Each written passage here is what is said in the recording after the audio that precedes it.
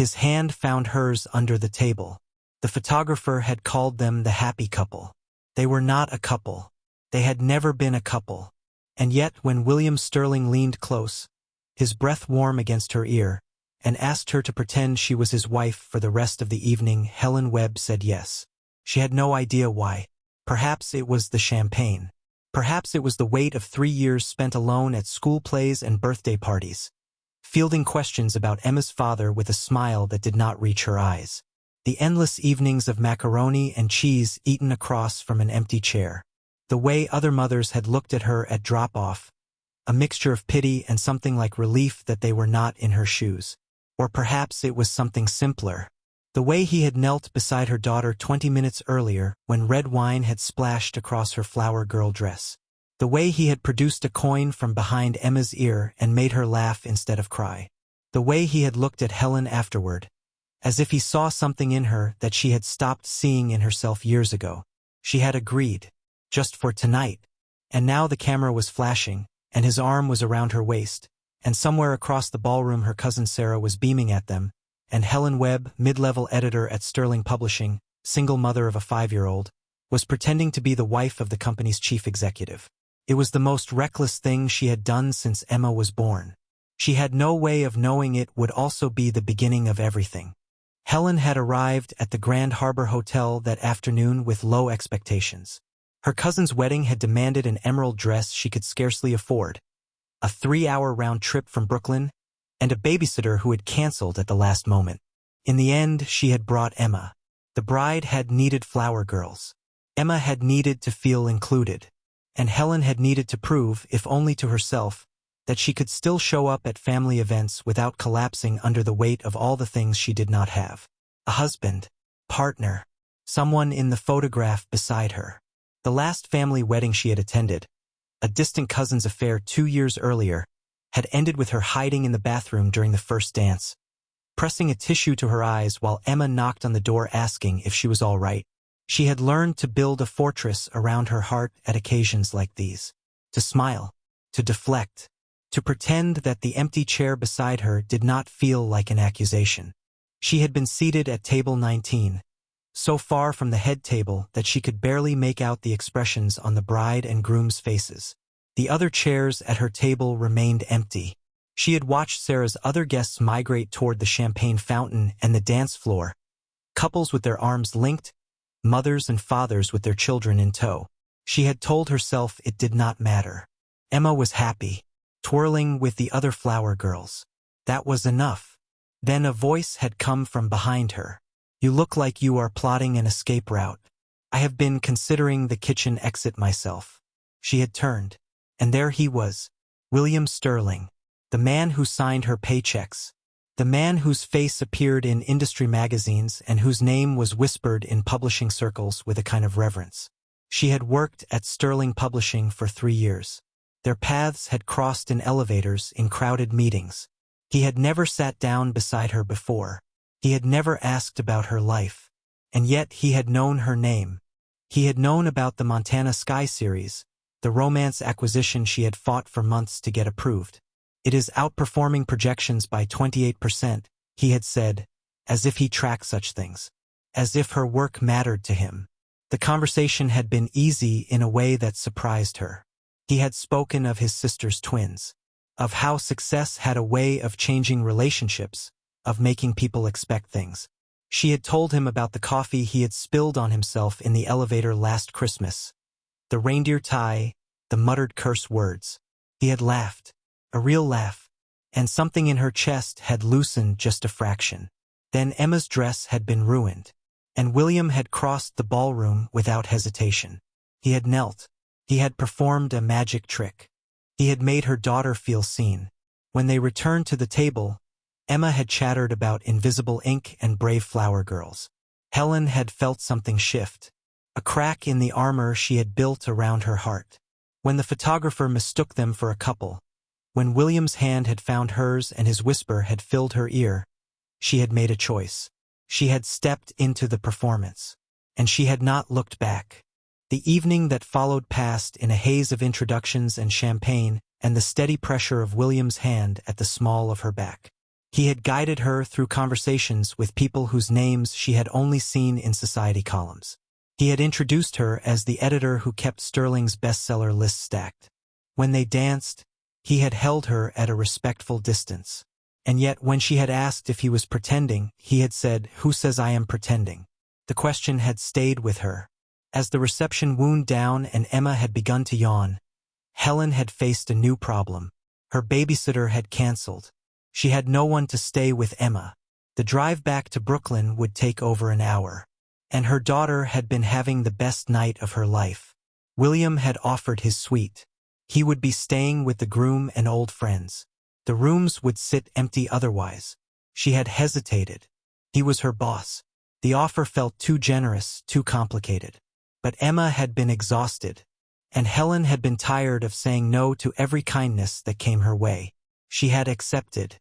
30 minutes later, she had stood in a suite larger than her entire apartment, watching Emma sleep in a bed fit for royalty. She had kicked off her heels. She had pressed her palm to the window overlooking Manhattan. And she had tried to make sense of the strangest evening of her adult life. A knock had come at the door. William, his bow tie undone, standing in the hallway. He had forgotten his overnight bag. He had retrieved it from the closet. And then he had lingered. "Why are you really doing this?" she had asked. The suite, the kindness, the performance. "Would you believe me if I said I was just being kind?" In her experience, men with power were not kind without reason. Something had flickered in his eyes. "That says more about the men you have known than about me." The words had stung, because they were true. And then he had said something that had changed everything. "Is that why you have turned down every promotion I have authorized for you over the past 2 years?" She had stared at him. "I have never been offered a promotion. Not once." The silence between them had been heavy.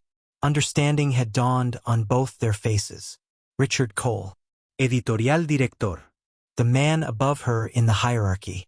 The man who had taken credit for her acquisitions.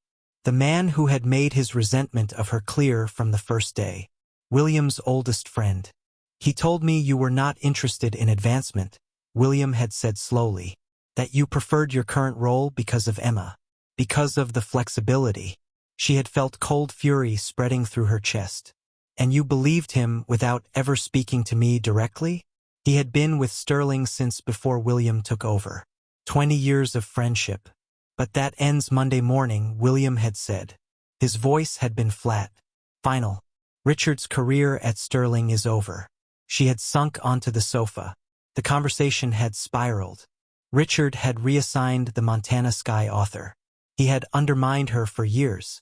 William had apologized. He had said he should have paid closer attention. And then he had said something that had caught her off guard. "I have watched your work from afar, Helen. The authors you discover. The manuscripts you champion. They are always something special." She had opened her mouth to respond, to deflect the compliment, to remind him that she was just one editor among dozens. But before she could form the words, Emma had appeared in the doorway. A bad dream, a dragon under the bed.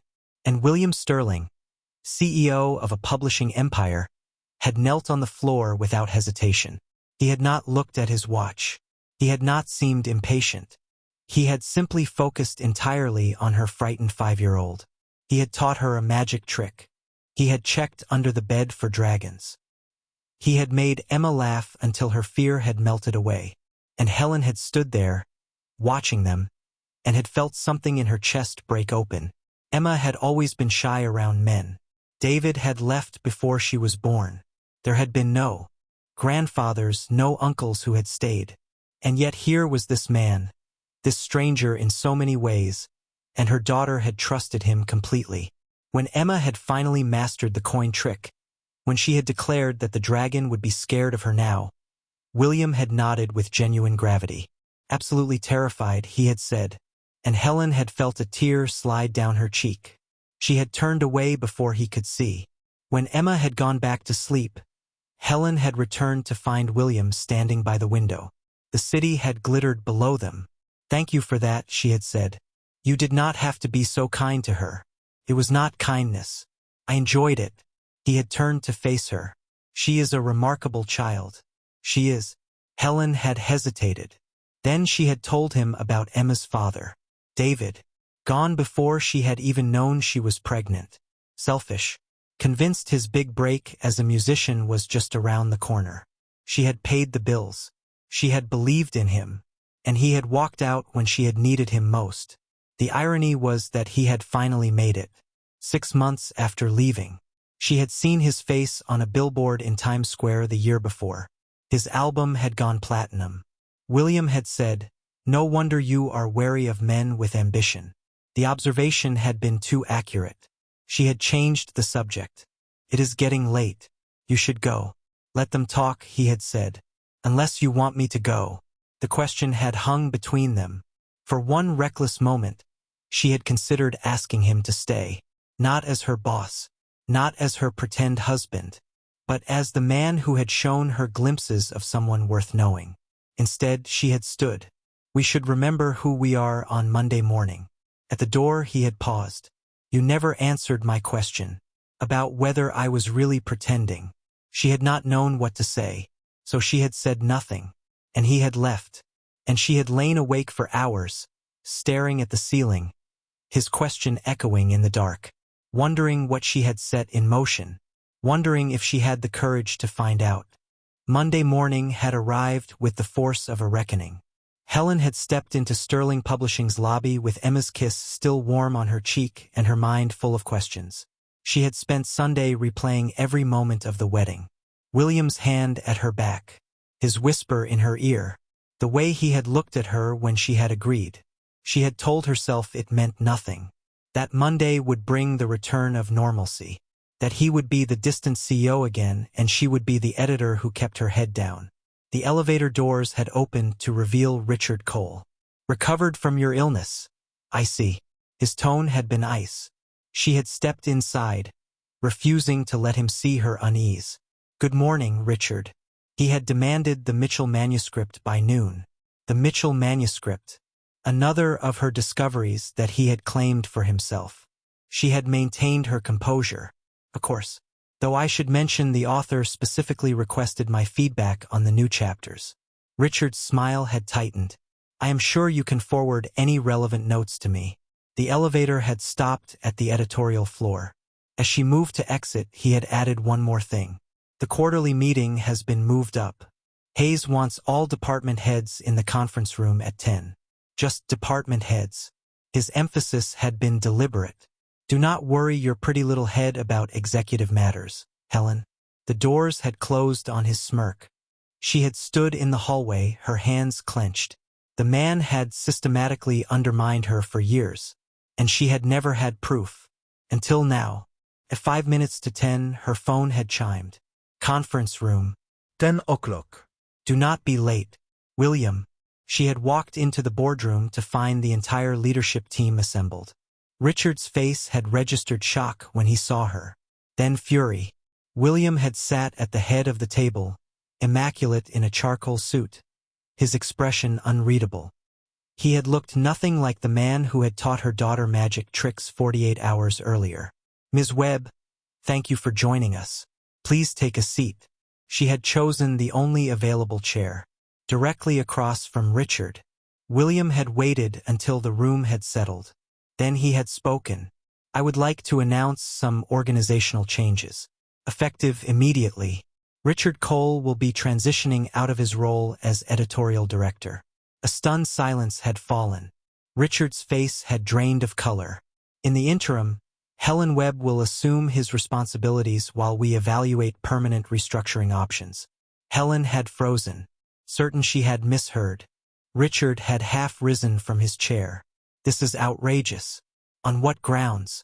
"On the grounds of deliberately sabotaging company operations, withholding promotion opportunities from qualified staff, falsifying communications to senior management."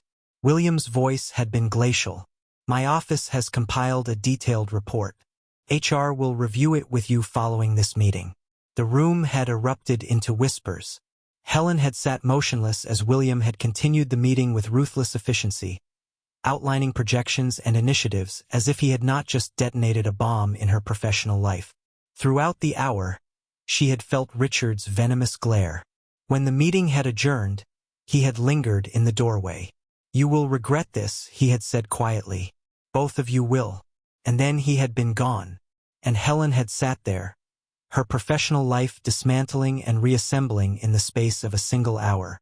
Afterward, alone with William, she had asked what he had been thinking. He had slid a folder across the table. Evidence. Documented. Dated. Richard's systematic sabotage of her career. "This promotion is based solely on merit," William had said. "I give you my word." She had believed him. She had also known that belief would cost her something. The whispers would start. The assumptions. She was a single mother. He was the CEO. People would talk. "Let them," he had said. "Prove me right, Helen. That is all the thanks I need." The weeks that followed had been a whirlwind. Helen had risen to the challenge. She had secured deals that Richard had said were impossible. She had earned the respect of authors who had once been wary of the new editorial director. She had come home exhausted most evenings, had read to Emma until they had both fallen asleep on the couch, and had woken at dawn to do it again. And she had seen William only in meetings, formal gatherings, strategy sessions. He had been scrupulously professional. He had not lingered after meetings. He had not sought her out. The distance had been necessary. They both had known it. And yet it had felt like loss. She had found herself listening for his voice in the hallway, had glanced toward his office when passing, had told herself she was being foolish, that whatever had passed between them at the wedding had been a moment, a performance, nothing more. But her heart had not quite believed it. 3 weeks after her promotion, he had appeared at her office door late one evening. The executive floor had been otherwise empty. His suit jacket had been discarded. His sleeves had been rolled up. "Still here? Where is Emma tonight? Sleepover with her cousin. I am taking advantage of the rare freedom to catch up." He had nodded. "Have you eaten? A granola bar around 6.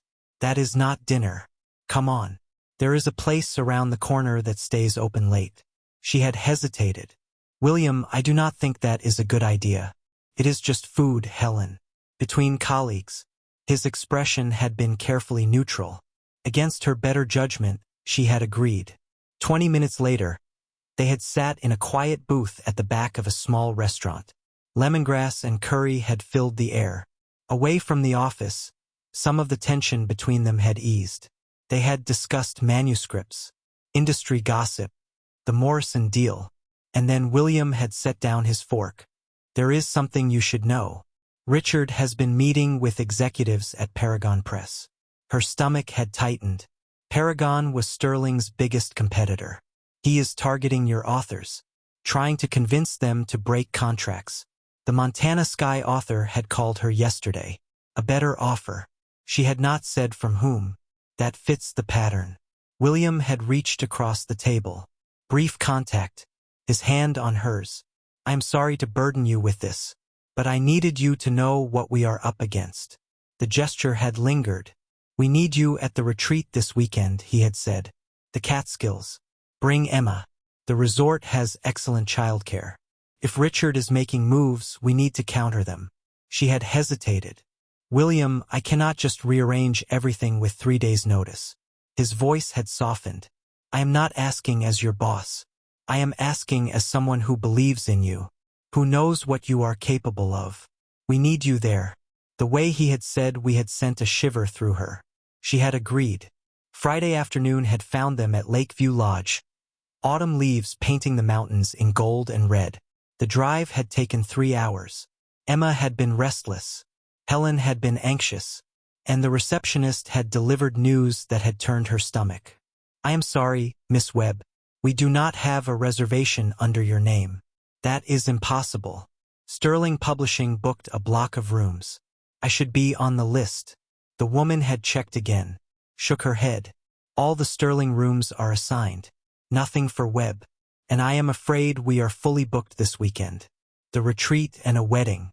Emma had tugged at her sleeve. "Mom, I am hungry. You promised dinner." Helen had felt a headache blooming. After a frantic day of preparation, after the long drive, This complication had been the last thing she had needed. Is there anything available nearby? Another hotel? Not within 30 miles. Leaf season is our busiest time. And then William had appeared. His voice had cut through her panic. What seems to be the problem? He had approached from the reception. Dark jeans, a blue sweater, looking unfairly handsome. There had been a mistake with the reservation. Apparently, I do not have a room. He had frowned. That is impossible. I confirmed the bookings myself yesterday. A terrible suspicion had formed in Helen's mind. Or perhaps it was not a mistake at all. She had said it quietly, for his ears only. Richard still has contacts in administrative support. Understanding had darkened William's expression. He had turned back to the receptionist. What about my accommodation? The lakeside suite? 2 bedrooms. Yes, sir. Perfect. Ms. Webb and her daughter will be staying there. Please arrange for her luggage to be brought up immediately. William, no. We cannot share a suite. It is inappropriate. It has 2 bedrooms and a living area larger than my first apartment. Perfectly appropriate. Unless you would prefer to drive back to the city tonight. Emma had perked up. Are we having a sleepover with Mr. Magic Man? William had crouched to her level. Hello, brave flower girl. I heard you might teach me some new magic tricks this weekend. As Emma had launched into an enthusiastic description of a card trick she had learned online, Helen had watched them. William had neatly maneuvered her into an arrangement that would raise eyebrows. What worried her more was how natural it felt. The 3 of them, like a unit, like something she had stopped allowing herself to want years ago. And Helen had felt the ground shift beneath her feet. They had eaten dinner with Victoria Ashford, literary royalty, a woman whose historical romances had sold 20 million copies, and whose books had inspired Helen to enter publishing in the first place. Helen had nearly dropped her menu when Victoria had introduced herself. The woman had been warm, genuine. She had taken an immediate interest in Emma, had asked about her magic tricks, had listened with real attention when Emma had explained her collection of interesting rocks. And she had looked between Helen and William with shrewd, knowing eyes. You make a lovely family, Victoria had said. How refreshing to see publishing executives who understand the importance of balance. Helen had opened her mouth to correct her. We are not. William had caught her eye. A slight shake of his head. And she had understood. Victoria had assumed they were a family. Richard had been watching from across the room. His expression had been dark. William had explained later in a lowered voice. If Victoria believes we are together, it strengthens your position. She is our most valuable author. Her endorsement matters. So we are back to pretending, Helen had said. William had stopped walking. Is that what you think I am doing? Pretending? The intensity in his gaze had made her breath catch. She had not known how to answer.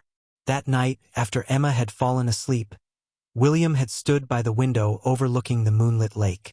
You never answered my question, he had said again. About whether I am pretending. She had asked him why. Why her? Why them? Because from the moment I saw you sitting alone at that wedding, something clicked into place, he had said. Something I was not looking for but cannot ignore. The way you fight for your authors. The way you have raised Emma on your own.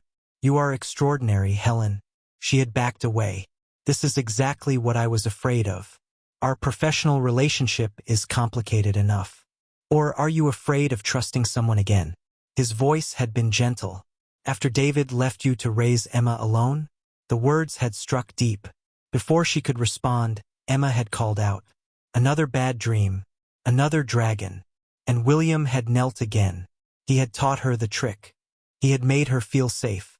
When Emma had gone back to bed, William had been about to say something more. A knock had come at the door. Security. A breach. Confidential materials photographed. Richard. William had left to handle it. Helen had stayed behind. And she had opened her laptop. She had found an email.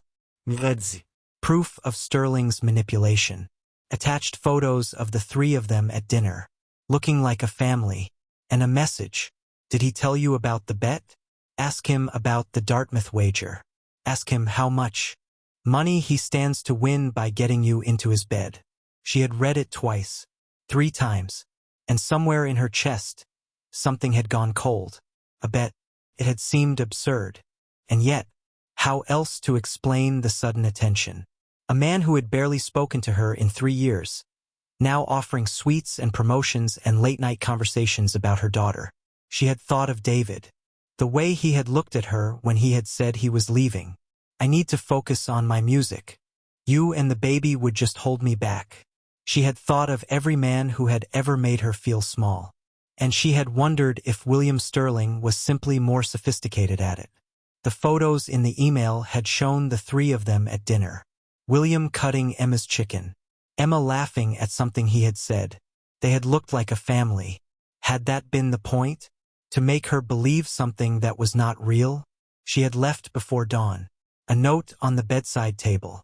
A family emergency. Nothing more. She had driven back to Brooklyn in silence.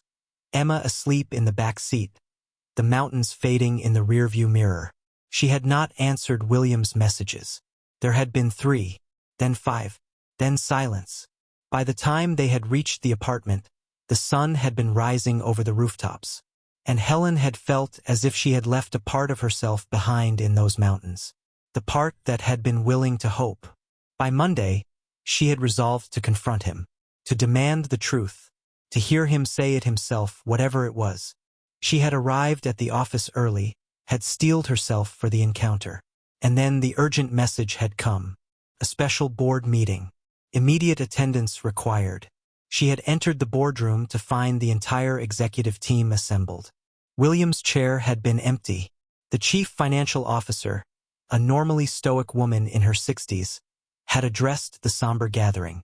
For those who have not heard the news, William Sterling was involved in a serious car accident. Returning from the Catskills retreat early yesterday morning.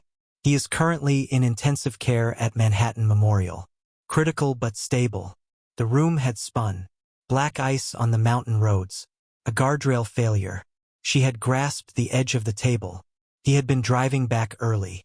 Because of her. Because she had left. Because he had wanted to find her. To explain. The next 3 days had passed in a blur. She had tried to visit the hospital. She had been turned away. Not family. She had sat in the waiting room anyway. Had left flowers. Had gone home each evening to Emma, who had asked why Mr. William was hurt, who had drawn get-well pictures that Helen had not known how to deliver. Sleepless nights. Regret. She had never given him a chance to explain. She had run instead. And now she might never get the chance to tell him that she was sorry. That she wanted to believe him. That she was afraid but she was willing to try. On Thursday, his sister had appeared at her office. Elizabeth Sterling. William has been asking for you. He is awake. He mentioned a misunderstanding. Something about Richard and an old college bet. Helen's stomach had dropped. So it was true. You should hear the full story from him yourself, Elizabeth had said. My car is waiting. 45 minutes later, Helen had stood in the doorway of a private hospital room. William had looked pale against the white sheets. A bandage had covered part of his forehead. His arm had been in a cast.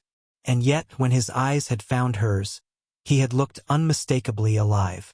Helen, you came. She had approached the bed slowly. Your sister can be very persuasive. She had wanted to say more, to apologize for leaving, for doubting him, for the 3 days of silence.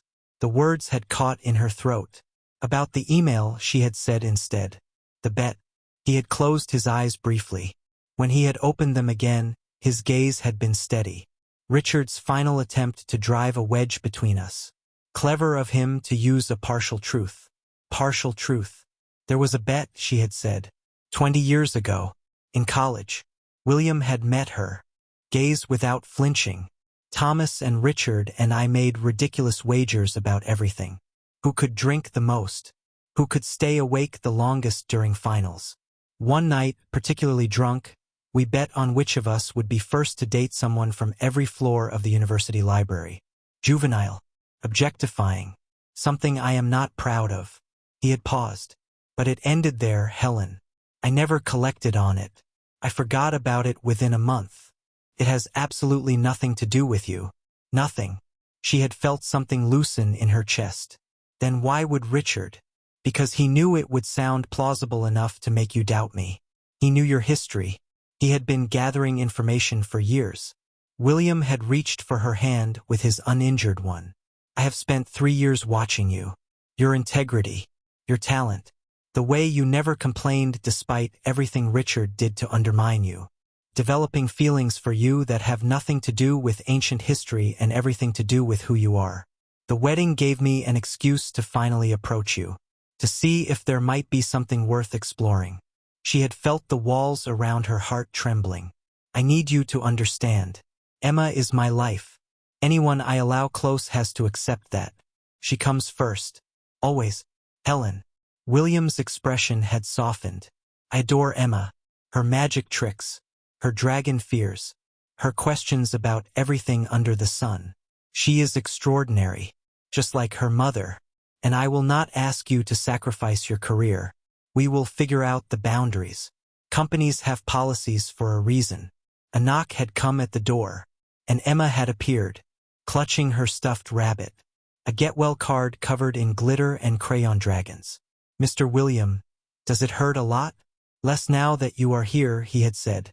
As Emma had presented her card, as William had examined it with exaggerated wonder, Helen had felt the last of her resistance dissolve. Whatever complications lay ahead, the connection between them, all three of them, had felt too genuine to deny. She had made a choice.